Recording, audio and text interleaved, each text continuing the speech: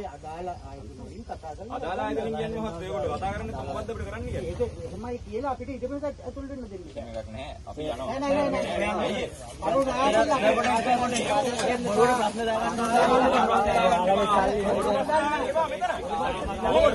ඕගොල්ලෝ යපි කරන්න කරන්නේ එකම දෙයකට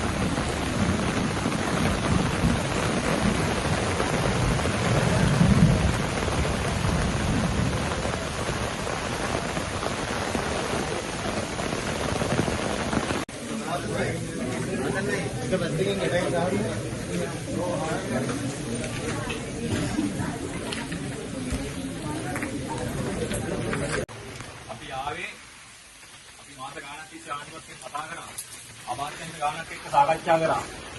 හැබැයි කිසිම එකකින් එකකටවත් උත්තර හම්බුන්නේ නැහැ. අද මේ දුවෙල්ලා සිල්ල නැහැ, නේවාසිකාගාර නැහැ.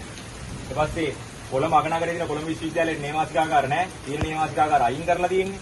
ජපුර ගත්තොත් පීඨ සංකීර්ණ සම්පූර්ණයෙන්ම පීඨ 4කට පීඨ සංකීර්ණ නැහැ. ඌවට පීඨ සංකීර්ණ නැහැ. විවෘත විශ්වවිද්‍යාලය ගත්තොත් නගරම් මඩුවල ළමයි එක්සෑම් ලියන්නේ. ඊට පස්සේ HND ආයතන පද්ධතිය ගත්තොත් සම්පූර්ණයෙන්ම කරා වැටලා තියෙන්නේ. හැබැයි දැන් අපි පහුගිය කාලේ පුරාණ අපි දැක්ක මේ ආණ්ඩුව දිගටම කිව්වේ ජනතාවගෙන් හොරා ගාපු ධනය නැවත ජනතාවට පවරනවා කියලා. ඒතර අපි දන්නවා මේ ඉඩම කාගේද කියලා.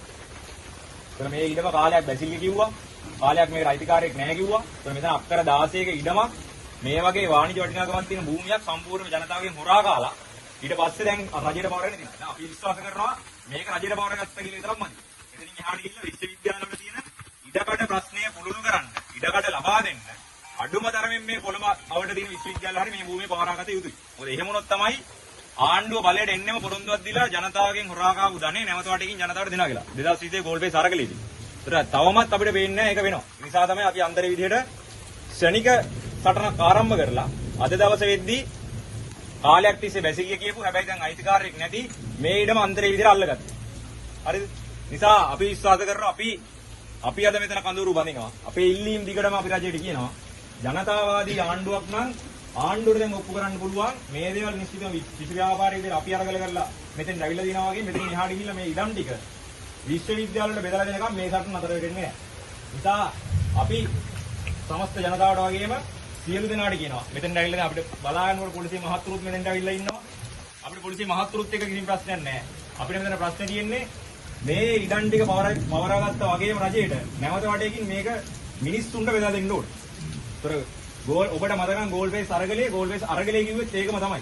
ජනතාවගේ හොරා කාපු ධනය නැවත වටේකින් මිනිස්සුන්ට බෙදලා දී යුතුයි. නිසා අපි විශ්වාස කරනවා ජනතාවට බෙදලා දෙන්න හොඳම ශාස්ත්‍රය තමයි අධ්‍යාපන ශාස්ත්‍රය. මොකද විශ්වවිද්‍යාලවල දැවැන්ත ගැටලු ප්‍රමාණයක් තියෙනවා. විශ්වවිද්‍යාලවල ප්‍රශ්න ප්‍රමාණයක් තියෙදි තමයි පහුගිය දේශපාලඥයෝ පාලකයෝ මේ විදිහට ජනතාව වදු මුදල් වලින් මේ විදිහට සුරසප ගත්තේ. දැන් ඔබට පේනවා ඉතින් මේ නිවස මොන වගේ තත්ත්වයක්ද කියලා. ඒතර මේක එළිය බෝඩ් වලින් මේ නිවසට එන්න පුළුවන් විදිහට මේකේ භූගත බංකර් හදලා එහෙම තමයි පාලකයෝ සැප විඳින්නේ. නිසා අපි විශ්වාස කරනවා නිශ්චිතව මේ සටන අපි දිනනකම් සටන් කරනවා කියන කාරණේ අත්‍යවශ්‍ය දෙයක් නෙමෙයි.